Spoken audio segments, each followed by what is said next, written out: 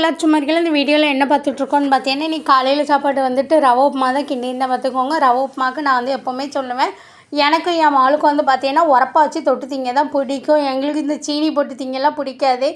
அதனால் நீங்கள் மிளகுடி வச்சு சாப்பிட்டோம் பார்த்துக்கோங்க. சில சமயம் ஊறுகாய் சன்னம் இருக்கும் பார்த்திங்களா, அது வச்சு கூட நாங்கள் ரவை உப்புமா சாப்பிடுவோம். சில பேருக்கு அப்போ என்ன இது இப்படிலாம் சாப்பிடுதியா அப்படின்பா பார்த்துக்கோங்க. அது என்னமோ எங்களுக்கு பிடிக்கும். எங்கள் அப்பா இப்படி தான் சாப்பிடுவோம். அந்த பழக்கத்துக்கு நான் அப்படி சாப்பிடுவேன். என் வாரிசுக்கு என் மகளும் வந்திருக்கா பார்த்துக்கோங்க. இது வந்து என்னென்னு பார்த்தீங்கன்னா, இது வந்து எங்கள் சாஸ்தா கோயில் பார்த்துக்கோங்க. பங்குனி உத்தரத்துக்கு எல்லோரும் அவங்கவுங்க திருநெல்வேலி தூத்துக்குடி மாவட்டத்துலலாம் பார்த்தீங்கன்னா சாஸ்தா கோயில் போவோம். அதே மாதிரி போன வாரம் பங்குனி உத்திரம் பார்த்திங்களா, அப்போ வந்துட்டு ரொம்ப கூட்டமாக இருக்கும். நம்மளால் ஃப்ரீயாக வந்து சாமி கும்பிட முடியல, வீடியோவும் எடுக்க முடியல.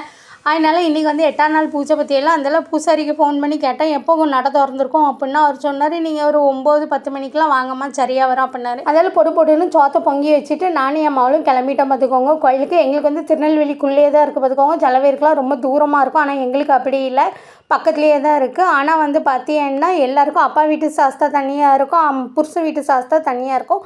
ஆனால் எனக்கு ரெண்டும் வந்து பார்த்தீங்கன்னா ஒரே சாஸ்தா தான். எங்களுக்கு வந்து கல்யாணம் பேசி முடித்ததே எங்கள் சாஸ்தா கோயிலில் வச்சு தான் பார்த்துக்கோங்க, எனக்கும் அப்பாவுக்கும்.